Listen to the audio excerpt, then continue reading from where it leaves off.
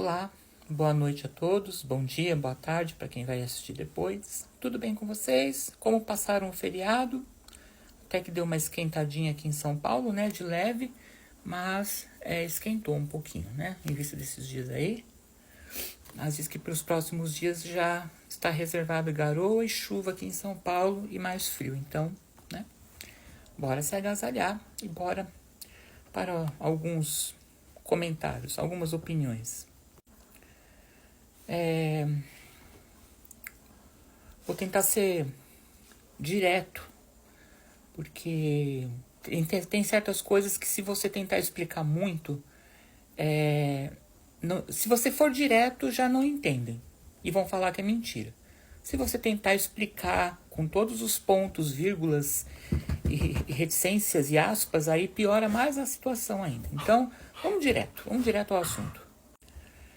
Bom, em primeiro lugar, eu quero dizer para os senhores e para as senhoras sobre o episódio da pregação da folha branca, que pelo menos eu não é a primeira vez que ouço falar. Aliás, eu já presenciei isso. Eu presenciei isso numa igreja muito grande, muito famosa aqui em São Paulo, na década de 90. O ancião que estava presidindo ofereceu a palavra e subiu um determinado irmão. Acredito que era ancião também, porque ninguém iria passar na frente daquele irmão, porque ele era um irmão bem velho no ministério na época.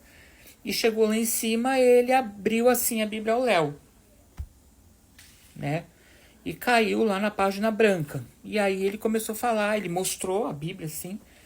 E aí começou a falar que aquela página branca representava os nossos vestidos depois que a gente batizava, que a gente tinha que ter as túnicas brancas, porque só quem tinha túnica branca ia entrar no céu, porque tinha gente ali que já tinha sujado a túnica e que não ia ter mais jeito, e papapá, falou um monte de abobrinha em nome de Deus, e te diz Deus, e te fala Deus, né, tal.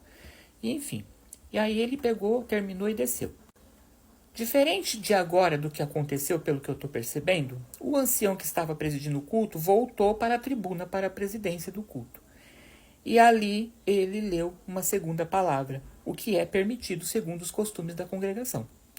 Só que dessa vez não foi em folha em branco, ele leu um capítulo e foi exortando a igreja, foi pregando em cima daquilo que ele leu, porque ele percebeu ali embaixo que não passava de maluquice. Vocês percebem que o problema da congregação, eles não aceitam a correção. Passaram 100 e poucos anos chamando todas as igrejas de seitas e todos os pastores de ladrões. Não nos chamamos. Chamavam sim, todo mundo sabe. Quem é de lá de dentro sabe disso. Por que não fazer o meia-culpa? Não, a gente não fazia, isso era invenção do povo. Não, era invenção que saía do lá de cima. E a gente comia aqui embaixo e repetia. Entendeu? E aí vai dando nessas coisas. Aí quando você pensa que a coisa está melhorando de verdade, não, a coisa não está melhorando. A coisa está piorando, sabe por quê? Porque nesse dia da página em branco, o ancião subiu e pregou outra palavra. E pelo que está aparecendo aí, além de não ter outra palavra depois disso, a gente não viu nenhuma manifestação aí da cúpula, né? Em compensação, a gente viu uma manifestação aí da cúpula e dos seus asseclas sobre um debate que, segundo eu sei, pela doutrina da congregação, a doutrina da congregação ela não entra em debates religiosos, doutrinários, teológicos, etc., mas se doeu quando foi mencionado sobre o pecado de morte. Se doeu, ficou toda doloridinha, de cama alguns dias, e aí pediu direito de resposta numa rádio evangélica. Engraçado, né? Pediu direito de resposta porque jamais isso aconteceu na igreja. Jamais. Não. É como se dissesse assim, a gente nunca falou sobre o pecado de morte. A gente nunca falou que quem fornicava, adulterava, nunca mais ia ter direito à salvação, nem nada. Não. Na carta está escrito que a entidade, congregação, se esmera em pregar o evangelho. Pelo menos eu nunca vi ninguém da congregação passando na minha rua anunciando o evangelho para ninguém.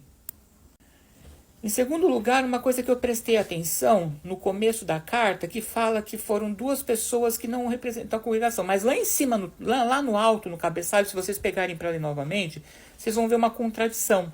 E é muito bom as pessoas pegarem isso. Que fala que o Felipe Motolo, ele é um ex-membro da congregação cristã no Brasil. Quando vai lendo e descer na carta, diz que nenhum dos 2 configuram representar a congregação em nada. Ou seja, a congregação chamou Felipe Motolo de ex-membro da congregação.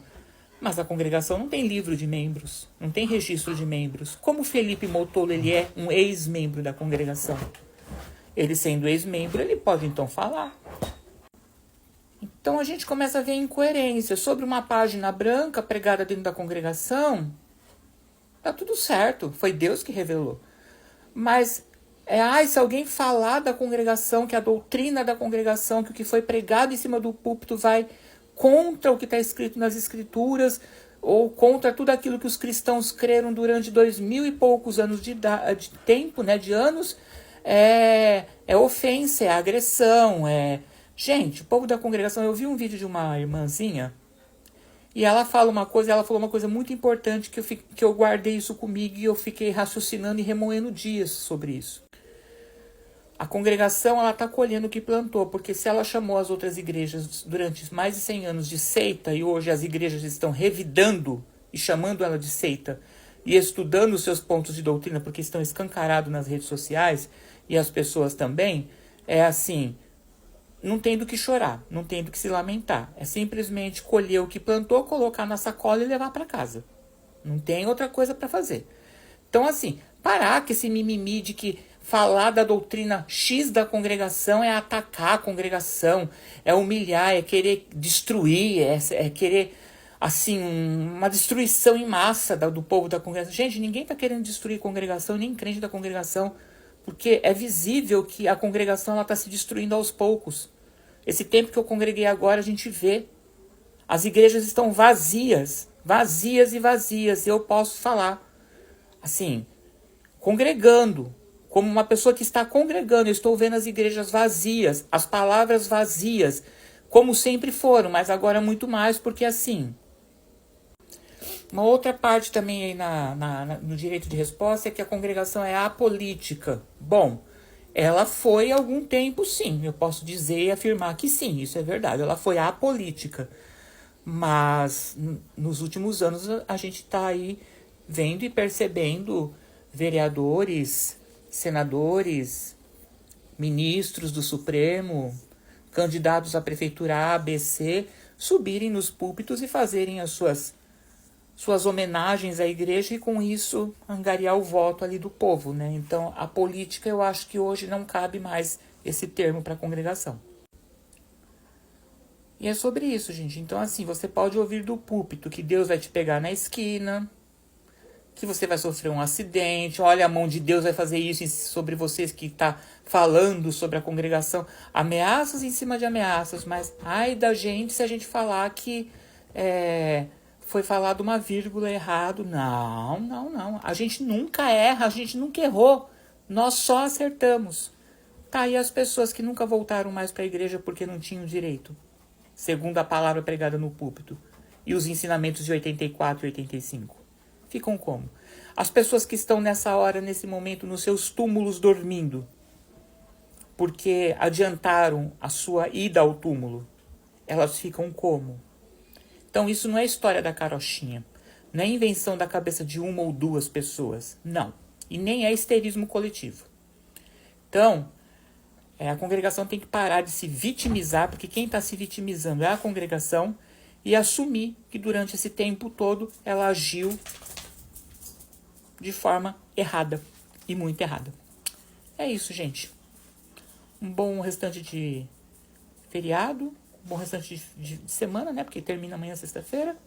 E nos vemos a qualquer hora, desde que eu tenho coisas novas para trazer aqui, documentos. Tá bom? Beijos.